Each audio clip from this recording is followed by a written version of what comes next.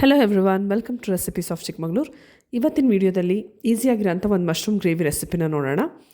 ಮೊದಲಿಗೆ ಒಂದು ಬಾಣಲಿನ ಬಿಸಿಗಿಟ್ಟು ಅದರಲ್ಲಿ 2-3 ಟೀ ಸ್ಪೂನಷ್ಟು ತುಪ್ಪನ ಹಾಕಿ, ತುಪ್ಪ ಬಿಸಿ ಆದಮೇಲೆ ಒಂದು ಹಿಡಿ ಕರ್ಬೇವಿನ ಸೊಪ್ಪು, ಸಣ್ಣದಾಗಿ ಹೆಚ್ಚಿರೋಂಥ ಒಂದು ಈರುಳ್ಳಿನ ಹಾಕಿ ಚೆನ್ನಾಗಿ ಫ್ರೈ ಮಾಡ್ಕೊಬೇಕು.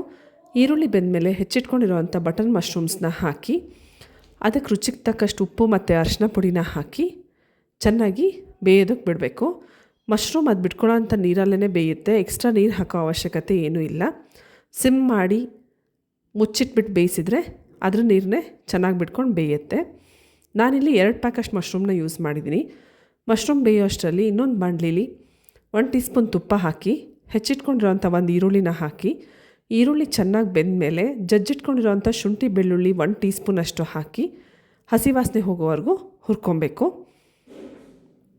ಇದಕ್ಕೆ 1.5 ಟೀ ಸ್ಪೂನಷ್ಟು ಖಾರ ಪುಡಿ, 1 ಟೀ ಸ್ಪೂನಷ್ಟು ಧನಿಯಾ ಪುಡಿ, 1/2 ಟೀ ಸ್ಪೂನಷ್ಟು ಗರಂ ಮಸಾಲ, 1/4 ಟೀ ಸ್ಪೂನಷ್ಟು ಜೀರಿಗೆ ಪುಡಿ ಹಾಕಿ ಲೋ ಫ್ಲೇಮಲ್ಲಿ 1 ಮಿನಿಟ್ ರೋಸ್ಟ್ ಮಾಡಿ ಅದಕ್ಕೆ 1 ಹಿಡಿಯಷ್ಟು ಕೊತ್ತಂಬರಿ ಸೊಪ್ಪನ್ನ ಹಾಕಿ ಆಫ್ ಮಾಡ್ಕೊಬೇಕು.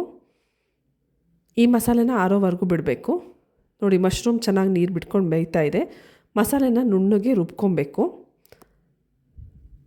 ಮಶ್ರೂಮ್ ಬೆಂದಾದಮೇಲೆ ರೆಡಿ ಮಾಡಿ ಇಟ್ಕೊಂಡಿರೋಂಥ ಮಸಾಲಾನ ಹಾಕಿ ಚೆನ್ನಾಗಿ ಮಿಕ್ಸ್ ಮಾಡಿ ರುಚಿ ನೋಡಿಬಿಟ್ಟು ಅದಕ್ಕೆ ಬೇಕಾಗಿರೋಂಥ ಉಪ್ಪು ಮತ್ತು ಟೇಸ್ಟ್ಗೆ ಅಂತ ಸ್ವಲ್ಪ ಸಕ್ಕರೆನ ಹಾಕಿ ಸಿಮ್ ಮಾಡಿ ಆಯಿಲ್ ಸಪ್ರೇಟ್ ಆಗೋವರೆಗೂ ಬೇಯಿಸ್ಕೊಂಡ್ರೆ ರುಚಿಯಾಗಿ ಈಸಿಯಾಗಿರೋಂಥ ಮಶ್ರೂಮ್ ಗ್ರೇವಿ ರೆಡಿ ಆಗುತ್ತೆ.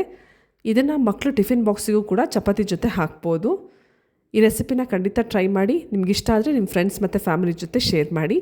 Thanks for watching.